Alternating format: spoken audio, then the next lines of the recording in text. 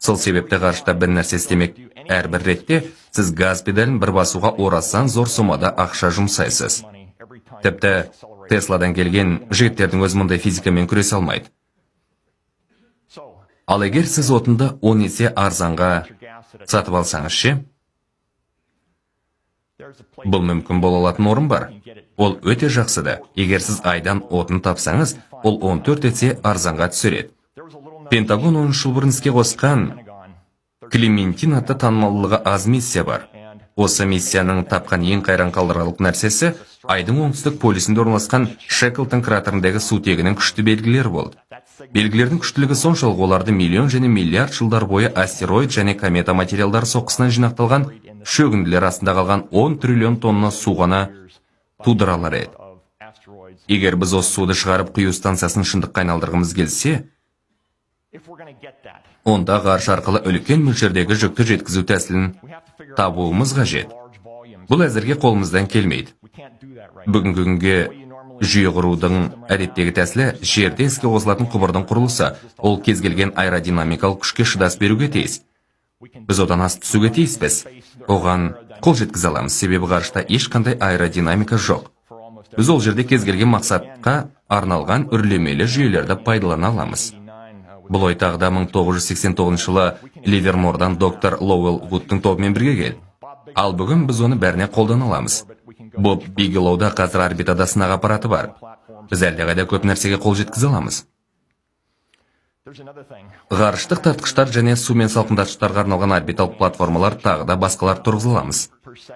Айдан оралған кезінде сен орбита механикасымен жұмыс істей білуге тиіссің. Сенде екі жол бар, ол жаққа жету үшін отынды жағу немесе шынымен де ерекше бірдеңе істеу керек. Стратосфераға сүңгіп қажетті жылдамдықты жоғалтып ғарыш станциясына қайта оралуға болады. Мұндайды әлі ешкім істеген жоқ. Бұл әрі қатерлі, әрі ессіз, Диснейден де күшті. Ғарыштық зерттеулердің дәстүрлі әдісінде қауіптенген жағдайда барлығы оралу үшін қажет жағармайдың бәрін өзімен алады. Айға тап осылай жетуге тырыссаң, командаңды жіберу үшін $миллиард тек жағармайға ғана шығындайсың. Ал егер ол жаққа алдымен шахтерлер командасын кері оралатын отынсыз жіберсе.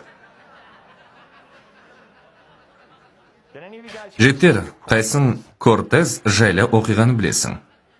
Бұл тіпті де ол емес. Мен Скоттиге көбірек ұқсаймын. Иә, мен осы аппаратын ұнатамын, түсінесіздер ме? Мен оны шынымен де бағалаймын, сондықтан бізде оны жағып жіберетін ой жоқ. Дегенмен, егер сен шынында да батыл болсаң, онда бұлардың бәрін сол жаққа жеткізіп, мынаны шығара аласың, және бұл сенің осы уақытқа дейін әлі жасалмаған, осы ғаламшардан тыс құнды бірдеңе жасай алатыныңның ең драмалық көрінісі болар еді. $1 триллион қарағанда арзан және 20 жылға қарағанда жылдамырақ. Бұл рас емес. 7 жылда біз Шеклтонның өндірістік миссиясын орындап, жер маңай орбитасынан тыс коммерциялық шындықты көрсете алар едік. Біз тарихтағы ең әсерлі дәуірлердің бірінде өмір сүріп отырмыз. Біз жеке капиталмен елестетудің әдеттен тыс өзара әсерін көрудеміз. Олар ғарышқа қолжетімділік сұранысын алға шығарып отыр. Мен жаңғаны сипаттап өткен орбиталық жанармай құю станциялары жаңа өндіріс құрап, ғарышты жалпы бағындыруға бір жол ашар еді. Туындап отырған парадигманы бұзу үшін бізге жаңа батыл тәсіл қажет. Біз оған Шеклтон кратеріне ай қорларын табу үшін және орбитадағы табысты бизнестің негізін салу үшін Льюис пен Кларктың өндірістік экспедициясын жіберу арқылы қол жеткізе аламыз. Ғарыш туралы сұрақ мақсаттар мен мерзімдердің айқын болмауына байланысты қашанда қойылған қалпында қалады. Мен сөзімді соның алғашқы қадасын осында тепте қағумен аяқтағым келіп отыр.